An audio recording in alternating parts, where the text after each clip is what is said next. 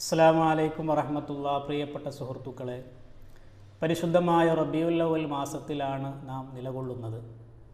പ്രവാചകൻ സല്ലല്ലാഹു അലൈഹി വസല്ലമ തങ്ങളുടെ ജന്മം കൊണ്ട് അനുഗ്രഹീതമായ പരിശുദ്ധമായ മാസമാണ് ഈ മാസം എന്നത് നമുക്കെല്ലാവർക്കും അറിയാം.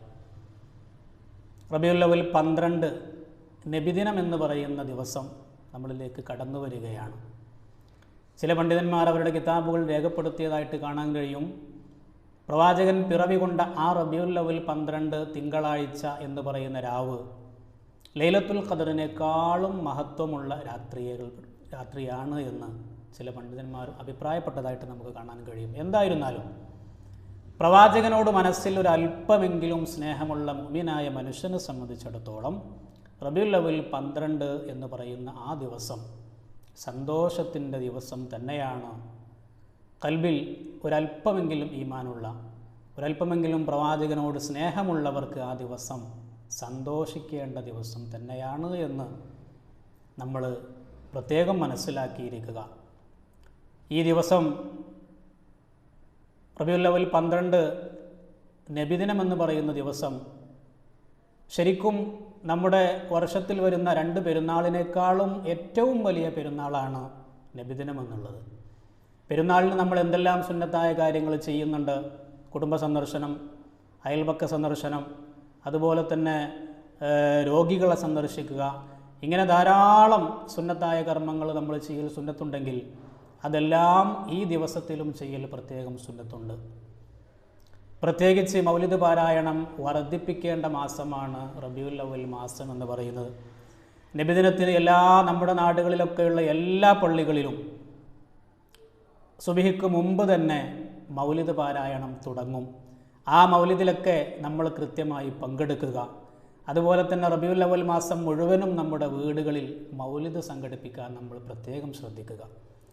ഇപ്പോൾ പെരുന്നാളിനൊക്കെ തക്ബീറാണ് സുന്നത്തെങ്കിൽ നബിദിനത്തിന് അല്ലെങ്കിൽ റബീഉൽ അവ്വൽ മാസത്തിൽ ഏറ്റവും പ്രധാനപ്പെട്ട സുന്നത്ത് മൗലിദ് പാരായണം ചെയ്യുക എന്നുള്ളതാണ്. അപ്പോൾ നമ്മുടെ വീടുകളിൽ വെച്ച് നമ്മൾ മൗലിദ് പാരായണം നടത്തുക, നമ്മുടെ കച്ചവടം ചെയ്യുന്ന സ്ഥാപനങ്ങളിൽ വെച്ച് നമ്മൾ മൗലിദ് പാരായണം നടത്തുക.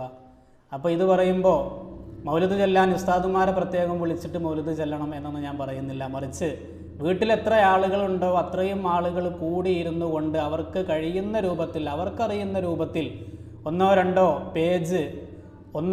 പേജ് മൗലിദ് പാരായണം നടത്തി വീട്ടിലുള്ള ആളുകൾ മുഴുവനും ഒന്ന് ഒരുമിച്ച് കൂടിയിട്ട് ചെറിയ ഒരു സദസ്സ് സംഘടിപ്പിച്ചുകൊണ്ട് പ്രവാചകൻ്റെ പ്രകീർത്തനങ്ങൾ, മൗലിദ് പാരായണം നടത്തുക. ബറക്കത്തിന് വേണ്ടി എന്തെങ്കിലും, തബറുക്കിന് വേണ്ടി എന്തെങ്കിലുമൊക്കെ മധുര പരിഹാരങ്ങൾ വിതരണം ചെയ്യുക എന്നതൊക്കെ നമ്മുടെ വീടുകളിൽ വെച്ച് നടത്തുന്ന ഇത്തരം മൗലിദുകൾ കൊണ്ട് വീട്ടിലൊരു ബറക്കത്തും അതുപോലെ തന്നെ കച്ചവടത്തിൽ അഭിവൃദ്ധിയും ബറക്കത്തുമൊക്കെ ഉണ്ടാകാൻ അത് പ്രത്യേകം കാരണമാകും.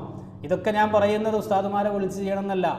നിങ്ങൾ വീട്ടിലുള്ള ആളുകൾ അറിയാവുന്ന രൂപത്തിൽ, കഴിയുന്ന രൂപത്തിൽ ചെയ്തുകൊണ്ട് പരമാവധി മൗലിദ് പാരായണം വർദ്ധിപ്പിക്കാൻ പ്രത്യേകം ശ്രദ്ധിക്കുക.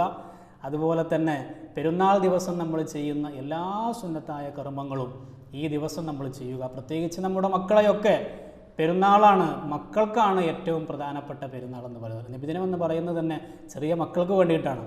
നമ്മൾ പണം ചെലവഴിക്കുന്നതും മദ്രസകളിൽ വെച്ച് നടത്തുന്ന പരിപാടിയൊക്കെ നമ്മൾ അതുകൊണ്ട് ലക്ഷ്യമിടുന്നത് ചെറിയ മക്കളുടെ സന്തോഷമാണ്. അവരാണ് ഏറ്റവും വലിയ പെരുന്നാൾ ഈ ദിവസം എന്ന് പറയുമ്പോൾ. അവർ മദ്രസയിലേക്ക് നേരത്തെ തന്നെ വരുമ്പോൾ നമ്മുടെ പള്ളിയും മദ്രസയും ഒക്കെ അലങ്കരിച്ച് കാണുന്നു, അവിടെയൊക്കെ കമാനങ്ങൾ തൂക്കിയിടുന്നു. ഇങ്ങനെ ഒക്കെ കാണുമ്പോൾ തന്നെ ഏതൊരു ചെറിയ കുട്ടിയുടെയും മനസ്സിൽ നബിദിനം എന്ന് കേൾക്കുമ്പോൾ തന്നെ, അല്ലെങ്കിൽ റബീഉൽ അവ്വൽ എന്ന് കേൾക്കുമ്പോൾ തന്നെ ആ കുട്ടികളുടെ മനസ്സിലേക്ക് ഒരു സന്തോഷം വരും. ഇതൊക്കെയാണ് ഇതിൻ്റെ പിന്നിലുള്ള പ്രധാനപ്പെട്ട ഉദ്ദേശം എന്ന് പറയുന്നത്. അപ്പോൾ ഏതായിരുന്നാലും നബിദിനം എന്നുള്ളത് ഏറ്റവും വലിയ പെരുന്നാളാണ് എന്ന് നമ്മളെല്ലാവരും മനസ്സിലാക്കുക. ഏറ്റവും പ്രധാനപ്പെട്ട സുന്നത്തുകളൊക്കെ അന്നേ ദിവസം, പ്രത്യേകിച്ച് ജീവകാരുണ്യ പ്രവർത്തനങ്ങളൊക്കെ നമ്മൾ നടത്തുക. ഏറ്റവും അധികമായിട്ട് മൗലിദ് സദസ്സുകൾ സംഘടിപ്പിക്കുക. മറ്റു പ്രവാചകൻ്റെ സുന്നത്തുകളൊക്കെ മുറുകെ പിടിച്ചുകൊണ്ട് ആ പ്രവാചകൻ്റെ സുന്നത്തുകളെയൊക്കെ മുഴുവനും നമ്മൾ പിൻപറ്റിക്കൊണ്ടുള്ള ഒരു നബിദിനം ആഘോഷിക്കാൻ നമ്മളെല്ലാവരും പ്രത്യേകം ശ്രദ്ധിക്കുക. അല്ലാഹു സുബ്ഹാനഹു വ തആല തൗഫീഖ് നൽകി അനുഗ്രഹിക്കുമാറാകട്ടെ. അസ്സലാമു അലൈക്കും വറഹ്മത്തുള്ളാഹി വബറകാതുഹു.